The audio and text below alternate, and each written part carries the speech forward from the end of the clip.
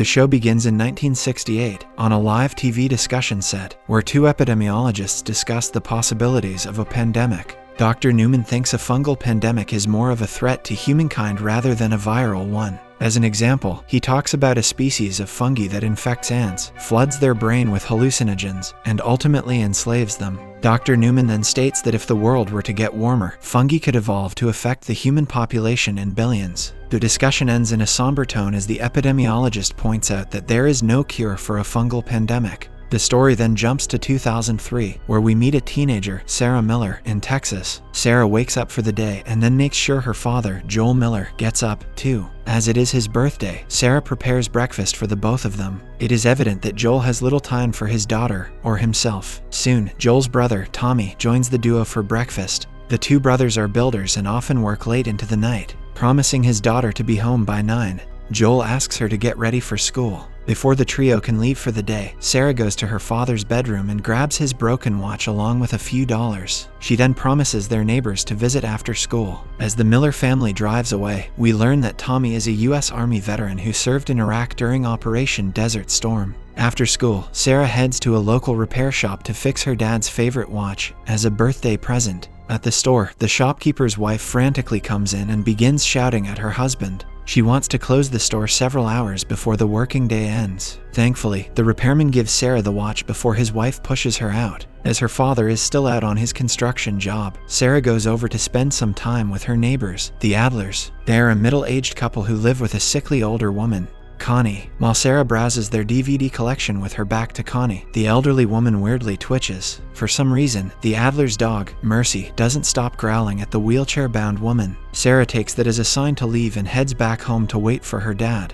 That night, her father comes home an hour later than expected and without a birthday cake. He swears to get one the next day, and Sarah gives him his present, the repaired watch. Later that night, Joel gets a call from Tommy asking his older brother to bail him out of jail. Joel puts Sarah to bed and leaves to fix his brother's mess. 3 hours later, Sarah wakes up all alone to the loud sound of sirens, helicopters, and screams. She notices the neighbor's dog, Mercy, slamming on her window. She then goes outside to get the dog back to its home, but the dog refuses to go anywhere near the Alder's home and runs away. Confused, the teenager goes into her neighbor's house where she finds Mr. and Mrs. Alder being attacked by Connie. The elderly woman gnaws at their flesh with a mouth full of creepy fungal tendrils. Then, she turns towards the teenager and chases her out of the house. Thankfully, Tommy and Joel show up just in time. After beating Connie with a wrench, the Miller family get into their car and flee in the direction of the nearest highway. On the outskirts of Austin, they find the highway blocked by traffic and the alternative pathway blocked by the army. Joel and Tommy make plans to go through town and pick up on the interstate on the other side. As they make their way downtown, a massive airplane crashes onto the street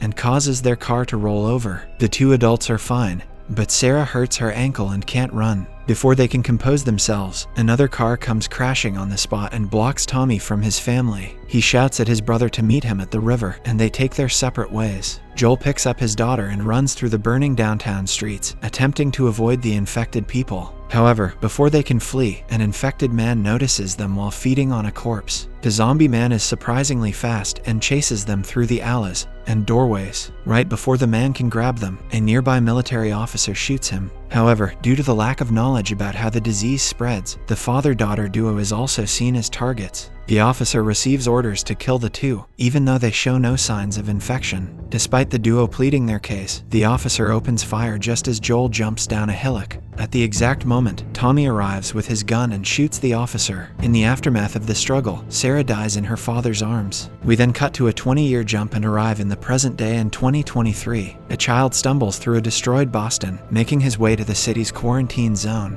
When the kid passes out right in front of the gates, 2 guards rush towards the spot and take him straight to the hospital. Here, a doctor notices a cut on his leg and tests him using a machine. As the indicator in the machine turns red, one of the guards gives the kid an injection and tells him that he's safe. Meanwhile, inside the Boston quarantine zone, a group of workers, which includes Joel, burn dead bodies on the streets. A truck brings in several more dead bodies, one of which belongs to the kid we saw in the last scene. When one of the workers says she can't burn this body, Joel picks it up and dumps it into the fire. In this apocalyptic world, Boston is governed by an authoritarian organization called the Federal Disaster Response Agency, or FEDRA. They keep the city safe by enacting strict rules and making sure no one carrying the infection enters within city limits. On the other hand, a rebel group named Fireflies wages a guerrilla war against the authoritarian regime. Our hero now primarily works various odd jobs and earns ration cards to feed himself. He also smuggles things in and out of the quarantine zone. After finishing his work with the dead bodies, we see Joel smuggle pills to a soldier in exchange for more ration cards. The two also talk about getting Joel a car before parting their own ways. We then meet Joel's partner, Tess, who is being held against her will by another smuggler, Robert. Tess purchased a car battery from Robert, but he sold the battery to someone else despite taking her money. However, she promises not to seek revenge against the scammer if he lets her go. Just then, a bomb blows up nearby, and she escapes to the streets outside. The next morning, Tess breaks the bad news about the battery to Joel. Tommy has been missing for nearly a month after making a trek to Wyoming. Worried about his brother, Joel wants to get a vehicle to search for him. The two then plot to track down the car battery and steal it back for themselves. Meanwhile, in a building occupied by Fireflies somewhere in the zone, we are introduced to a rowdy teenager named Ellie, who is chained to a radiator. A month ago, she escaped a FEDRA military school and was later bitten by an infected person. The Fireflies soldiers scooped her up from the streets and subjected her to numerous daily tests. To their surprise, even after weeks, Ellie didn't change into a zombie. As a result, the leader of the Boston Fireflies, Marlene, now believes Ellie's immunity can be used to cure the pandemic. The leader then devises a plan to take the teenager out of Boston and head west to a place that could study her for a cure. To achieve this, she plans to launch a series of attacks to divert FEDRA's attention. A few days later, Joel and Tess accidentally arrive at the Fireflies' hideout while searching for the car battery. Inside, they find the scammy smuggler, Robert, dead and several Fireflies fighters injured. Turns out that Robert was trying to sell the defective battery to Marlene instead of Tess. Clearly, the deal went bad, ending in a gunfight between the smuggler's crew and the Fireflies. After a while, Marlene tells Joel her plan to get Ellie out of the Boston quarantine zone. She promises to deliver them everything they need, a truck, guns, and supplies if they can get Ellie to the old state house to meet the other Fireflies team. After a quick debate, Tess and Joel agree to smuggle the teenager out of Boston. The following night, Joel, Tess, and Ellie find their way outside the Boston quarantine zone through an underground tunnel. Outside the border walls, they run into the guard Joel sold pills to earlier, who pulls a gun on them, ordering them to get on their knees. He begins to test the group to see if they're infected. Tess and Joel are clean, but Ellie stabs the soldier before he can get a read on her. To stop the incident from escalating further, Joel stands between the soldier and Ellie. He then has flashbacks to 20 years ago when he lost his daughter in a similar scenario. Refusing to witness another child being killed, Joel tackles the soldier and punches him until he's dead. Meanwhile, Tess sees that Ellie's test ended up being positive. In response, Ellie claims that she was bitten. But even after 3 weeks, nothing has happened to her. Even though they are wary of the teenager's claims, they hurriedly get away from the border together. Next, a flashback takes us to Indonesia on September 24, 2003, 2 days before the outbreak. Here, we meet a professor of mycology at the University of Indonesia, Ibu Ratna, who is brought in by police to investigate a specimen. After taking a glance through the microscope, she states that it's a species of fungi called cordyceps. However, she doesn't believe the sample was taken from a human. Hence, the police take her to the corpse from which this sample was retrieved. The professor investigates the corpse's ankle and finds a human bite mark. Upon further examination of the mark, she discovers a fungi colony growing inside the dead body. The professor then examines the mouth, only to find tendrils crawling out of the dead body. Scared, she unplugs her safety suit and runs away as fast as she can. Later on, the police informs her that this incident happened about 30 hours ago at a flour and grain factory. A normal woman suddenly turned violent, attacked 4 coworkers, and bit 3 of them. When the police came, she tried to attack them, too, which led the police to shoot her. The people that were bit also had to be executed soon after. However, the person who bit the woman and 14 other workers at the factory are missing. It seems like a nightmarish outbreak is only a few steps away. On top of that, Professor Ratna states there's no way to make a vaccine or medicine for such fungal infections. She suggests that the only way to stop a full-scale outbreak is to bomb the city and everyone in it. Back in the present day, Ellie wakes up to a wary Joel, and Tess, who continue to watch over her for any signs of infection.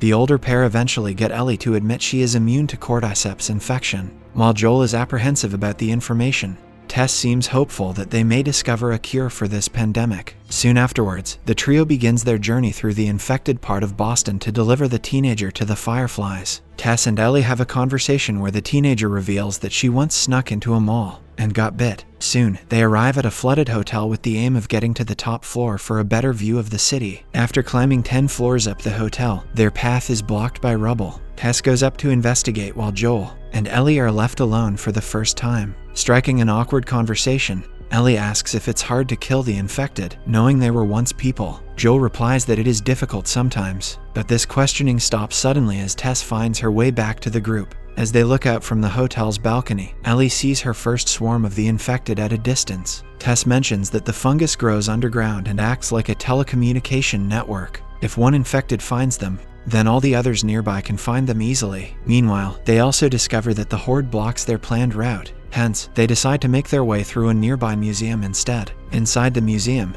they find a dead body whose flesh has been brutally torn apart. The wounds on the corpse appear to be fresh, which leads them to believe that it was a recent attack. The infected are pretty clumsy and make a lot of noise while attacking their prey. This feels odd to Tess, who realizes she hasn't heard any noise since entering the museum. Scared, both the adults come to the same conclusion. The museum has clickers, a kind of infected who cannot see but detect their enemies through echolocation. They tell Ellie that from here on, they have to be silent, completely silent. As silently as possible, they climb their way up to the top floor of the museum. Unfortunately, a part of the roof caves in, creating a loud noise throughout the whole place. This draws the attention of two clickers, who quickly arrive at the same spot as the trio. Trying to avoid any further attention, they freeze on the spot like statues. However, Ellie makes the slightest of noises, which leads the clicker right to where she is standing. Joel and Tess shoot at the clickers while the unarmed Ellie hides. After a brief gunfight, Joel finds Ellie and tries to lead them to safety but accidentally steps on a piece of glass. A clicker comes barreling toward them and falls on both of them.